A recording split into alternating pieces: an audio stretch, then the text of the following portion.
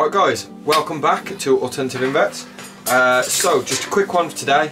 It is my, well it will be my birthday on the day I release this, so it's actually my birthday tomorrow. Just want to give you a quick update on some of the things that are going on here at the moment, including some of the mating, the breeding, you know, that we've got going on, and other little bits and bobs. So first thing, we've had a, I'm not sure if you remember when I said that I paired our phormingochilus Rufus. So I left the male in, the female was tapping but he wasn't. It was quite old, didn't last very long. I just left the male in the enclosure with the female. Never witnessed any pairing. I thought, you know, give him the best chance he's got, leave him together. I'd obviously conditioned the female and, you know, soaked the enclosure, etc. Up the temps, so she's molted out instead, which isn't bad because I've got another mature male ready to go, a lot fresher than the other male was, so I've got more chance actively making sperm webs and everything. So she's molted out. I've kept the conditions the same, so obviously she's molted out in preparation for breeding because I conditioned like a wet season, so loses skin, gets a fresh skin, raring to go. Just fattening her up again at the moment after the molt, and then I'll be introducing the male soon. In the male the same, so the male's gone through the same sort of cycle, but I've also made sure the temps are lower, the conditioning's been the same. The Balfouri that I had loaned to Sidex, he's come back, so he survived. He's currently in here at the moment. I'll just show you. He's been in there for a couple of days, but the female obviously had been paired before I'd sent it Sidex, and she's looking kind of chunky and round. May actually be getting ready to drop a sack. So I'm going to take him out, and I've got somebody else lined up for the male, so I'm going to be sending this male off to somebody else as well, so they can use him. He's still going, he's still making sperm webs, keep him going. Also, when Sidex had dropped off the my mature male Balfouri back, he also brought me around a mature male Pocotheria regalis. So I've currently got those together at the moment. Luckily my female had just molted, you know, a few weeks, I think it was about 4 or 5 weeks before, so I fattened her up as well. Got these coinciding in this tub, and I'll just see if I can show you. Let me just, let's take a look. So I have had the towel on it and everything, but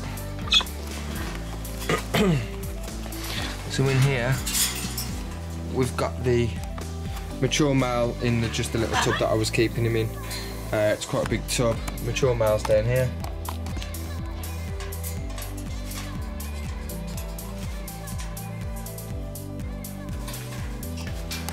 And then we've also got the female, I'm guessing is down.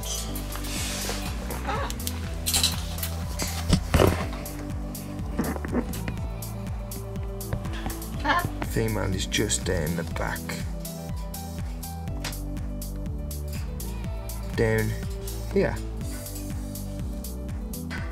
So they've been in there together now for a while. He's put his enclosure in there, obviously it's got his sort of scent in there and everything, a bit of his webbing. Every couple of days, putting this lid back on his enclosure, leaving him in there still, allowing him to make a sperm web, and then afterwards taking the lid back off, and again letting them just coincide together within this big sort of tub. He's got enough places to escape, it's big enough in here. So I just use this normally to mix up my substrate. For this, before there was put into this enclosure, I had also soaked hers before she molted, so then she's molted out fresh, and then it's ready time for pairing. So she's been conditioned as well. Again, after repairing, I'll probably leave him in until either I see something successful or he gets eaten, and then afterwards I'll be conditioning the female, fattening her back up, and then soaking her enclosure down as well. And then hopefully it'll be around 4 or 5 months before you see an egg sac from her. Now, one of the most exciting parts, slightly annoying parts, but exciting, is that I bought a wild caught Orthodoctonus stalis from Emil at Seus. Got back, he did say it was wild caught and one of his females had laid a sack on the morning of the show, so I was like, oh, I'll have a quick look. I had a look at a couple of them. There was one quite chunky, I thought I'll go for this one, why not? Got back and just conditioned straight away, socked the enclosure and give her a starter burrow, so a burrow was already there. She's burrowed all the way down, sealed it up straight away. The other day I was looking and I found this. Yes, so she has indeed made an egg sac. So I've been covering up her enclosure as well, just so it's dark, but I'm going to see if I can try and get you a little bit of footage of it so you can see it yourself, as well as the picture. So give me 2 seconds. In a small enclosure anyway, because they are quite a small species.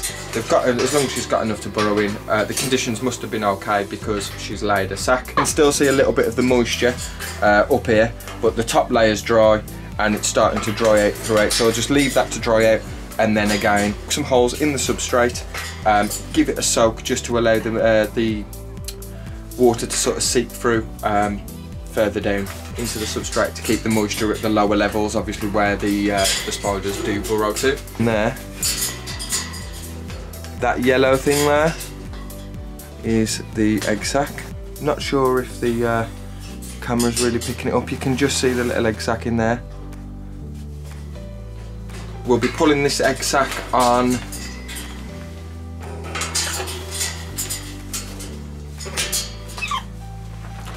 the 16th of March, so we've still got a few weeks left from when I discovered the egg sac. I left it around 30 days before I'll pull it.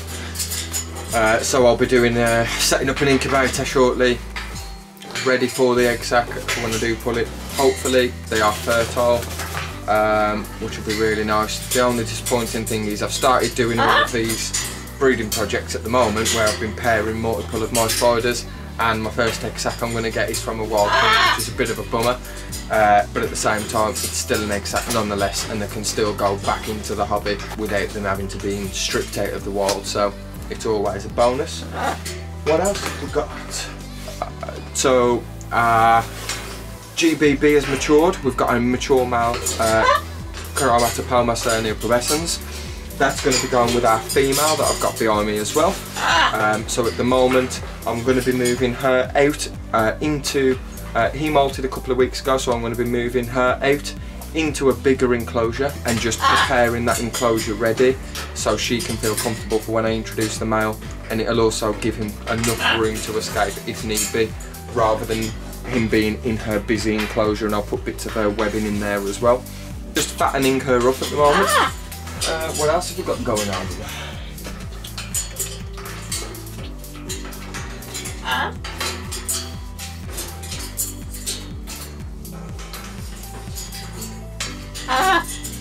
Yeah, I think that's it. We've had, by the looks,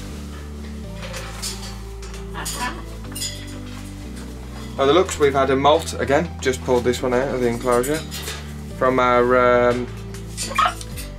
Pantherbetus esmeraldas.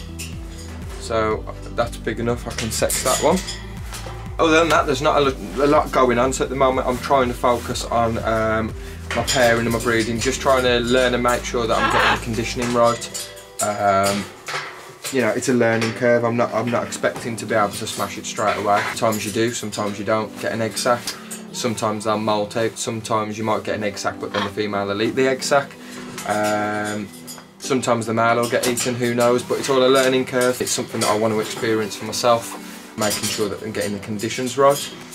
And also speaking to a few other people that have paired them and mated them as well, you know, that are always there to give advice and stuff, so that's really, really helpful. Yeah, so that's it guys. I hope you have a great rest of the week. The video lined up for towards the end of the week from one of our recent new additions, so I'll just be rehousing that as well.